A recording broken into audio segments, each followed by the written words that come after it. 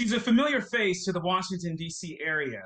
With a 21-year run as anchor on Fox DC's affiliate WTTG Fox DC, to now calling DC's CBS affiliate WUSA 9 home, where she's helping DMV residents get up. TV and radio broadcaster Allison Seymour remains a token of inspiration and motivation for many, and she does for me as well. And I'm so excited to welcome her to the Jenleeion Circle. How are you doing, Allison? Oh, I'm feeling like I'm getting a big virtual hug now that I'm in the circle. Mario, it's good to see you. It really is. How are you? I'm doing well. I'm sitting here as I was the last time I spoke to you about 9 years ago when you interviewed me. I'm full of glee that I'm able to sit here and have another discussion with someone who definitely you're. I'll tell you, three people inspired me to get a degree in journalism. It was Chris Cuomo, Oprah Winfrey, and you. That is a true Come story. on now. Wow. Oh my gosh. Okay, well that's good enough for me. I'm Yeah, fine just with that. I absolutely. So appreciate it, Mario. recently, when I'm taking a break from trying to be a singer or what have you, the journalistic prowess has awakened for me. But of course, I'm no Allison Seymour. That's why I'm so excited to talk to you this afternoon. Look, that's good. And I'm no Oprah Winfrey, so we're good. So I first want to jump in and take a step back to the beginning for you. What was your road to journalism? I understand you did go to Hampton University. What was your road to journalism? Was it a dream as a child, or it's something that came later on? How did you become Alison Seymour, the journalist?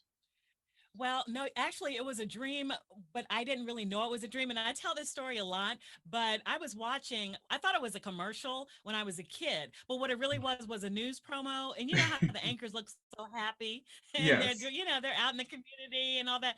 And as a little girl, I was like, I'm not sure what that is, but I want to do that. Like I want to, when I see people out in the community, I want them to be excited to see me. I want to feel that level of happiness and confidence that I saw. And so later, of course, I found out that it was a news promo that I was watching. Right. But my mother, like in high school, she said to me, may she rest in peace, she said, I think you'd be a good news reporter. And I don't even know where that came from. I had never talked to her about, but you know how moms be knowing, Mario. Yeah, yeah. Moms They were be knowing. dreaming up stuff for you before you could dream it up. Right. Absolutely. And so, I thought that's what it is. Like, that's what I feel connected to. So when I went to Hampton, I studied journalism, but I got out of school and I didn't know anybody. And so I didn't really know what to do, how to do it. So I really spent 5 years behind the scenes. I was like basically a gopher for a while at ABC, the News Bureau. I'm really serious, getting tea for people like Ted Koppel on a show called Nightline back in the day. I Yeah. mean, I started out like that, working with those kinds of people. And then went to grad school because I still didn't know, spent a Yeah. couple more years behind the scenes. And then finally, after 5 years after graduating from Hampton, I landed my first on air job. And it was like, I can't really imagine doing anything else. So that was my road. It was kind of, it wasn't a straight path. It was around the bend and all up and down, but we made it. And so I've been doing news every day on TV in some sort of way, someplace since 1993 now.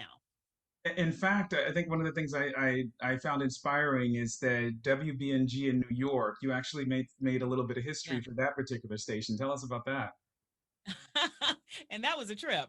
So yeah, they had never had, so it was that old model. Like you're too young to remember, but it used to be like one male anchor. He was always a white guy on the evening news, in a national way. And this station in Binghamton, they did the same thing. They were a powerhouse CBS station. They had one white male anchor. Yeah. And when I got there, the consultants were like, well, why don't you try to put her on? And Yeah, I'm let's a not be reporter so and I'm like, formulaic. me? Yeah.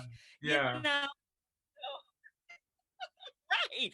And Yeah. so they put me on. So I was actually the first woman who was on the evening news up there. And that's a really sort of conservative area, upstate New York, where I was. And I was surely the first person of color, Black person, period, on Yeah. the evening news up there. So it just kind of, when I look back, I'm like, wow, okay.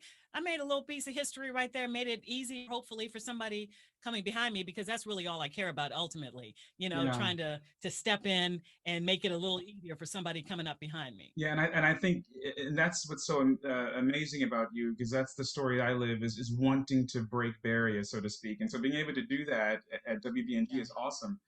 Now, obviously, our country is still being Yeah. ravaged by COVID-19. And we know that Yeah. it, obviously, for all of us, it has been a difficult time. I don't even think we haven't even retired all of the negative hashtags we have about 2020 yet. But you are a Amen. person who puts family first. Tell me how important that dynamic has been with you guys getting through some of the isolation that everyone has experienced at some point Right. during this COVID period. So, Mario, I am always so very conscious of people. I try to be compassionate. I try to lead with that. That's what my parents put in me. And I love living by that, because then it becomes easy, right? And you're the same way. Lead Yeah. with compassion, empathy. So I am very sensitive to people who have lost everything during this time in Yes. our history. But for us and our family here, my kids, my college girls, they're home, my high Yeah. schooler. So we've all been here since this started, like Yeah. March 12th. I started working from home and pretty much, have been here, only recently gone out to work in November. And Yeah. it, it's been a time of, it's been a time for us of serenity, hunkering down with each other, loving each other, and being so grateful that Yeah. we have been free of this deathly, horrendous virus. And so Yes. we have just become more grateful for the time that we have together, because I know none of it is guaranteed. And so many Yeah. people have lost people, their elders, and their everybody, moms, fathers, way too soon. But Yeah. during this time, we've been reflective. We have been in a place of gratitude and in a place of change, for sure. Yes. Lots of Yes. changes with our family, but I just, I try to look on the bright side of it, and God willing, we are finally coming out of this, if, And I hopefully always found it very soon. interesting that, I've heard the statement several times that if someone hasn't learned a lesson during this experience, then they've definitely probably missed the bus. And I always made sure I was a person who didn't want True. to miss that bus. Since we last spoke, I ended up adopting four boys, and Yes. they all have therapeutic considerations. So I can tell you, when COVID hit, with them having therapeutic considerations because they came from the foster system, it was quite difficult to find what the new normal of therapeutic support would be, since we're quote unquote always together. So I Yes. really appreciate you making that point about being reflective. I was just going to say, I've followed your journey. I know, I've seen this, your musical aspirations, your family, how it's grown, and you're doing.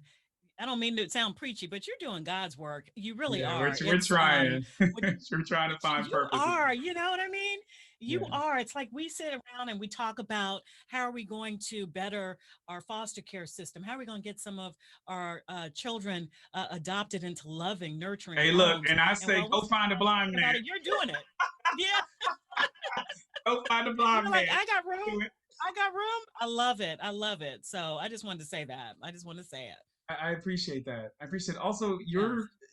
when you were coming out, your story was sort of nomadic. Your family moved around a bit, and I thought it was pretty Yeah. interesting that that your parents were in the Peace Corps. Yes. To So I what was the degree? Peace Corps baby. Yes, yes, yes. To what degree did that affect your life with you guys moving around so much? You know what? That is such a good question. I used to be, in all honesty, I used to be a bit resentful about that experience. I used to say, Mama and Papa, while they were here, I'd say, I could have turned out very differently. Yeah, Kids can be, kids can be very heartless. and we're going to talk When about trying to that fit coming in. forward. But We're yes, gonna, go oh, ahead. I know we're gonna talk about it. I know we are, but but for them in my strong home, I could have turned out a different person, trying to be a pleaser, fit in, trying to, go with the crowd of whatever, blah blah. And so I spoke with my parents about that. And I think it's very therapeutic to, if you can, in a loving way, or even sometimes what is difficult way, talk to Yes, the people that you love the most if there's some unresolved business. And I talked to them and I said, it and I said all that. It could have been different.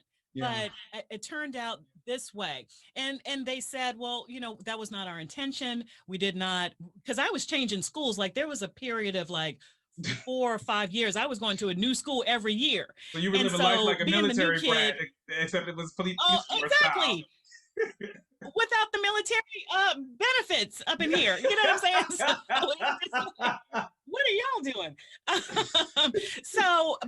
But I made peace with it, because what I understood as I matured a little bit about it is it helped me be able to talk to all kinds of people in my chosen career. It helped me be able to sit into a room sometimes and listen and not always have to speak, and sort of, feel the mood of the room, as the kids say now, read the room a little bit Yeah, before I open exactly. my mouth and share my opinion. So Yeah. ultimately, I understand now that it made me the person who I am. And I will, I've lost all sort of resentment. I used to fantasize about, oh my gosh, if I could have just gone to one school, K through 12, I could have known all these kids. And my kids, they say, Mama, it's overrated. It's okay. Yeah. We kind of wish we had what you had. So I will say, I think it made me stronger ultimately. And I feel good that I've learned that lesson, and I wasn't harmed in it. No harm was done. Though at the time I wanted something different, but I realized what I got was just what I needed. So Absolutely. yeah. Now, prior to her current post with WUSA 9's Get Up, Allison spent 21 years with Fox DC. Um, Let me tell you, after being with a station for 21 years, that's a long stint. Yes. There are jobs in the government where you work 20 years and you retire. so Okay. 20 so, so 21 years and then making the move. If you could let me know what that switch has been. Was it seamless, given how fluid your experience has been in the past, or was it Right. a bit of an adjustment? Um, when you're somewhere for 21 years, you really do, you create a family. Yeah, And but there's some things even within family that you say, this is not this is not suiting me anymore yeah, for whatever reason. yeah, And what I feel great about is that they're all my colleagues that are still there, those who have gone on themselves. When my one prayer is, when they speak of me, that they say that she was kind and she was fair, yes. and she was funny, and she always had something silly to say when she came in the room, and I know that's my relationship, so I'm good with that. But there's Yeah. sometimes things that come along that you see, you're like, no, this isn't working for me anymore. Yes. And Yes. Need to change. so it's scary, but in 2020, if you're going to make a move, and you can make a move, you should have made it in 2020, because that's how wild that year was.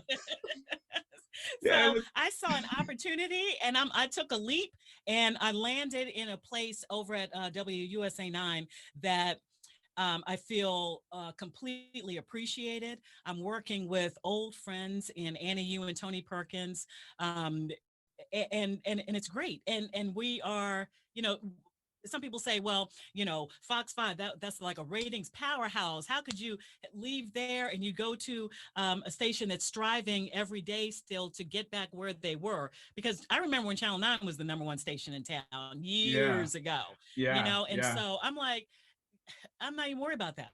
Like, I'm just trying to do the best job that I can do. And Absolutely. I'm trying to inform, do a little educating, bring a little motivation, and get some stress off my neck. And that's what I've done. And Exactly. it's Yeah. been a beautiful move. I have not ever Yeah. looked back. I have no regrets whatsoever. And my time at Fox 5 was beautiful. I raised my kid. Everybody knows my kids because of my time at Fox 5. They know me, they know my husband, Mark. And so Yeah. I have nothing but, again, gratitude for those 21 years, because it set me up for my next years. So I'm good. Exactly, exactly. And you were quoted as saying that the work that you do is completely for them, and that them Yes. is defined as the community. So with that, obviously, your journalistic work is not just a post. It's you live it, you love it. Is that fair to say? Oh, that's very fair to say. A long time ago, when I was trying to figure out how to look into a camera and read a script and not sound so, robotic, how, especially when you're first starting out, you feel like you need to sound a certain way. They Hey, told look. me, look in the camera. When I went to George Mason, they were Yeah. saying, Mario, you must sound extemporaneous, and I'm like, what the hell does that mean? Yes. Exactly. Exactly. And I'm glad you didn't follow that. And so, yeah, exactly.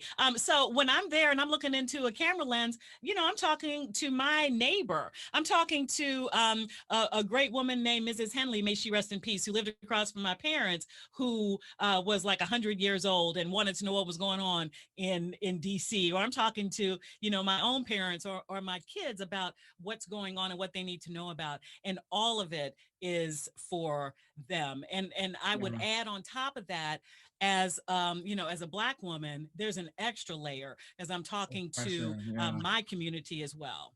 Yeah, because Yeah. you're definitely representing. Now you've pivoted and you've also added radio in the mix a bit here with your husband Mark. How is that juggling those two mediums between TV and radio? Because it wasn't originally a part of your arsenal. Oh no. And I said, what do you want me to do now? And I'm forever grateful. Now, how do I do this? But my husband has been in radio for like, over 30 years. And that is, you talk about passion. That is his passion. So when we had the offer to go over to WHUR, I was so excited. It was right after my dad had passed. And I thought that first thing he did when he went up there was arrange something for his baby girl and his son-in-law, who he loved so much. And so our season at WHUR was wonderful. I thought it was going to last a little longer, but Yeah. hey COVID cuts. So I'm like, okay, but Right.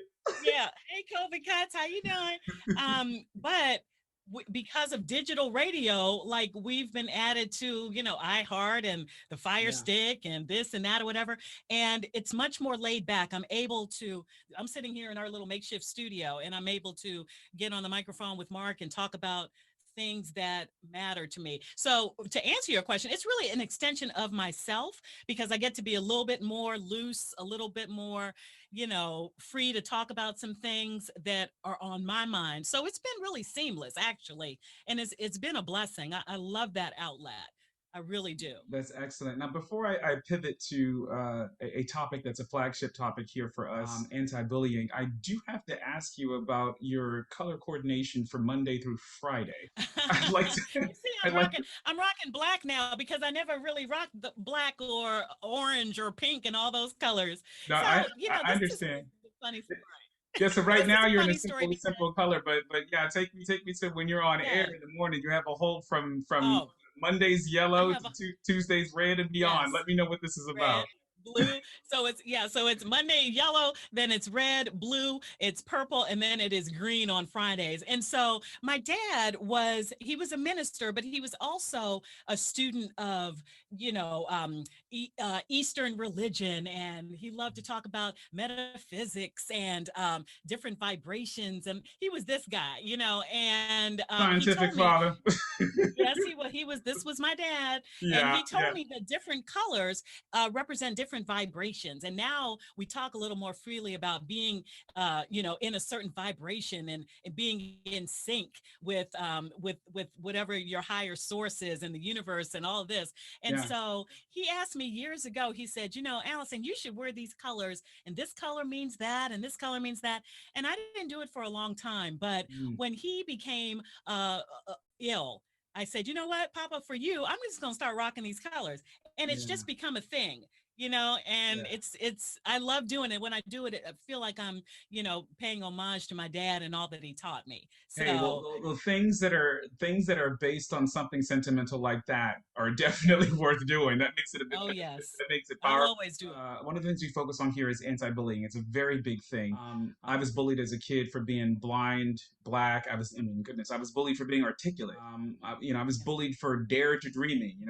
A lot of things that we're in a country where about 80% of blind adults are unemployed, but I'm still daring to dream. So I'm going to play something for you real quick and then come back and have a quick discussion with you about anti-bullying before we end here. Dad, can I ask you a question?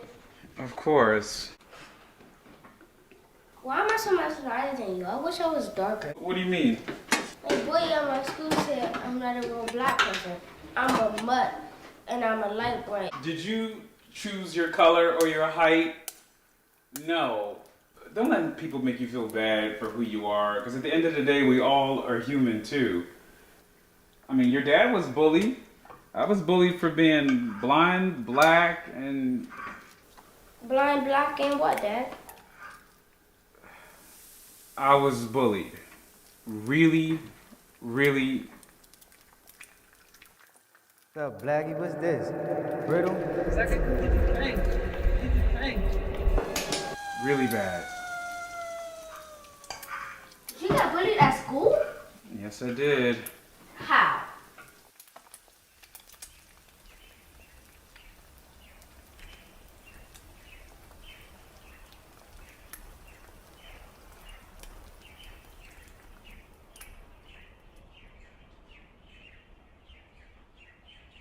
Black or white, woman or man, whether gay or straight, we should let love conquer hate. So close your eyes and dare to take my hand.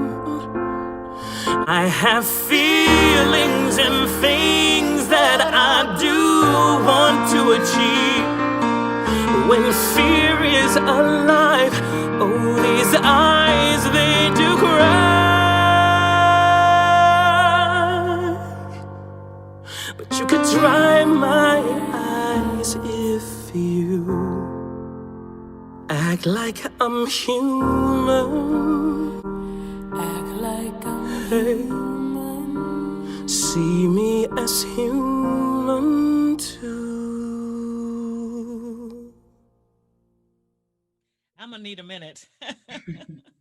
That's so beautiful. That was so Just like it. beautiful. Go ahead. That was just so beautiful. I'm just, yeah. That's it's hard to watch. It's important, and it was so beautifully done, Mario. Really. Thank you. I appreciate that. It's a lot of the stuff that you saw in the video was autobiographical, and one of the things that I found a long time ago is a way to not feel sorry for myself is by being able to give back to other people. So that's I scraped up some coin and worked with my brother who's a teacher at Eastern's High School. Hmm. And that, along with my adopted sons, that was my son at the beginning of the video. We put that together, and that's something that I'm using to, push a campaign called "I Am Human Too." And so, with that being said, I kindly ask the phrase "I am human too." How does that speak to you? Oh man, with what we're going through in this country, they've called it the racial reckoning and all of this. For the first time, the last several years, I've really felt a level of anxiety surrounding my kids and the kind of world that they are um, becoming adults in. Yeah, And I would just wish, I think that is the answer, Mario. I really think it's the answer. If you can look at my children, your children, no matter who you are, and see that we're all the same. We are all humans going through this experience together. And if we could find it in our heart, my husband always says love is the answer for everything. And I truly do believe that if we could just cut through all the nonsense yeah, and get back to love or get to love, so for me, it, I am human too. I'm a black woman, but I mhm, have the same level of emotions. I care for my family. I want to protect my husband from some of the biases yeah, that are out there for him. For me as a black woman, for your kids, for yeah, and so that is really what struck me. And I got to be honest, like seeing the scenes of the kids playing the bullies in that, I'm not sure, like I always say, what's going on wrong in their house that yeah, they think it's okay to do the things that they're doing. So where absolutely. does it start? Where does it start? I think that's so beautifully put. I am human too. Just see Yeah, me. See And me. I know just like you want for Sydney, Skylar, and Spencer, I adopted, which we and it's sad because people don't normally do it, but two of the kids I adopted were older teenagers. Mm-hmm. And then immediately with the social unrest that we've all been experiencing, I realized that, I'm 33, and, I adopted them when I was 32. One was 15 at the time, one was 17, but I got them, when they were 13 and 14, but people Mm-hmm. still don't adopt teenagers, right? Right. And automatically I speak to them about being respectful and, not acting like nuts Mm-hmm. in front of the police and etc. And then the thing is, I, like other parents, had nothing to say when it was stories of black men doing the right thing. Yes. And Yes. still, that became such a hard discussion to have. Right. And that's why, the phrase "I am human too" became so endearing to me. And I'll be Yes. honest, I was so excited to be able to share it with you, because I believe in it so much. and Oh, and absolutely. and if and you bring up an excellent point. Before we close, you bring up an excellent point regarding what's going on in their house. um, Oh my gosh. You know what, Maria? I was really going to ask you, what was the key that made you like stand here strong as a creative, um, uh, powerful, empowered man? Like, what was the secret? Because I just have to say, like, with all the moves that I made, it really pushes my buttons. I try not to use the word hate, but I yes, come really close when it comes uh, to this behavior. And so I always yes, say, what's the difference between somebody who says, I just can't do this one more day? And my gosh, I'm really not going to say it because I could like break into tears about the kids who see no way out and instead try to hurt themselves or yeah, do hurt themselves. And so what was the difference in you? Because yeah. That's a I great, that's a stand in great awe question. of you.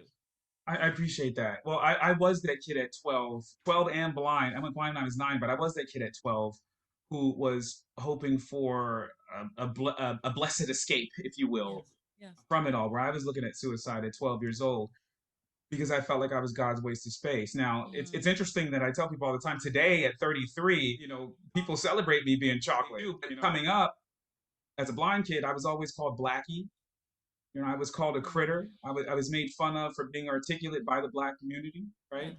Yes. My family was homeless quite a bit, and so we were made fun of by that, and I was even made fun of by girls by how my body was shaped, right? Mm, Being told that I had an effeminate shape, so to speak. mhm. But what helped me is when I realized that I was being my worst bully by believing all the things that they said about me, Mm, and then yes. I have to live in my skin. And quite frankly, the world is doing enough to beat me up. Right. I didn't want to help them. I didn't want to help the world beat me up. So Right. it's one of those things of finding peace within myself to be okay in the skin that I live in. Now, of course, I did excessive things in terms of making sure I work out so I could become this fitness guy and, Right. taking care of my skin and my teeth and just all of that Mm-hmm. stuff. But outside of that, at the end of the day, I'm blind, and I Mm-hmm. realize that that's what ails us. That we all don't see each other as human. I didn't choose to have 5 fingers. I'm glad I do have them, but I didn't choose it. Right? Right. I didn't choose to be homeless. So to hate each other for things that we can't control, Mm. and that's what I was trying to tell Wisdom 2 weeks ago when I interviewed with Fox then, but Mm-hmm. apparently I talked too much, and, and I couldn't see. Apparently he was trying to ask other questions, but I didn't see Oh, his mouth moving. But you got a message. You have something to say, and there's power in that. And so, I really did want to hear your story because I want to be able to pass it on for young people that I might have the pleasure of speaking with who feel this or who are going through what you're going through. So just for me, I would just tell those young people who are going through this that it just gets better. It's like, hold on, help is yeah, on the way. yeah, Look at that video. Look at people like you. Look at people who talk about going through this same experience and how they turned out. But I know it's hard in the meantime, because yeah, in the meantime you still got to walk to school, you got to walk the halls, you have to sit by yourself, and right. so I just I don't know what that message is for in the meantime, but I just know that, you know, I heard somebody say, hold on, you know, help is on the way. And maybe that help is you realizing your own power, you know, talk to somebody, seek out an adult who maybe can lend a compassionate ear and listen to you. Because I pray for, I pray for this. It really does bother me, being a mother, and we, you know, we dealt with it a little bit, not to the extent that you had to endure it, but Absolutely. it's just, you know, and what is going on with those kids, and where's the kid in the crowd that says, don't do that, don't do that. Yes. Yes. Where's that kid in the crowd? I want that kid to find their voice, Yes. because they can make a difference, you know. And so we got a lot of healing to do, and we also have healing to do within the Black community, and that pains me to say, because, you know, we have a lot to fight externally, but, Yes. you know, we got a lot to fight within our community too. Within our community, and Absolutely. that's what tickles me, that a lot of things I was so-called picked on by as a Right. kid are now, you know, it tickles me that it's some of the things that people so-called love about me, but the Yes. scars are there, right? Every now Absolutely. I'm a firm believer that healing is a journey. Mhm. I don't think healing has a finish line. Right. That's my personal opinion, because when you've been scarred by things, I feel like that you have to continue. You have to take care of your mental, emotional, spiritual, and physical health on a daily basis. Right. So Right. it's a continuous journey for me to make sure that I don't turn back, you know, get back to any of those complexes that I had Mhm. because an aunt said this, or I believe discrimination is a bigger word for bullying, right? Or that, you Yes. know, someone you know discriminate against me for this, that sort of thing. Right. Well, I want to say, Allison, this is a dream come true to be able to talk with you again. Oh, I'm so Um, happy to see to be you honest, again. I am thankful that it happened this way. But I honestly thought that it would be you asking me a bunch of questions again the next time I spoke to you. But Well, this you is never better. know. You never know. You know, our format is so different than what I'm Yeah. used to. When we were at Fox, we had that long day and we had time to speak with celebrities like Yeah. yourself, and it's different now. But I'm hopeful, Yeah. because I feel like there's something inside of me that's like, I have more to do. Yes. And it might be a little bit outside of news and even outside of the radio show, our digital radio show. And so, you never know. Next time Yeah. I might be interviewing you. Hey, we should I hope toss it back. so. We should definitely toss it back and forth. Let's I'm an do it. independent artist that is still we're chasing hearts and still shooting for the stars. And obviously you are one of the people that I am honored to have spoken to. So again, thank you for your conversation this afternoon, Thank Allison. you. Thank you. Thank you. Thank you. And continue to just be that shining light with your beautiful chocolatey self. Hey, look, don't lie to a blind man. You gonna have me go upstairs and try to look in the mirror. Have a Just great trust me. evening. Just trust me. All right. Thank you. God bless you. Bye bye. Oh, thank you. God bless you as well. Please know that bullying and abuse is never okay. Please call 800-273-8255 where someone is standing by to talk to you. Join the I Am Human Too movement by posting about your experience and using the hashtag I Am Human Too.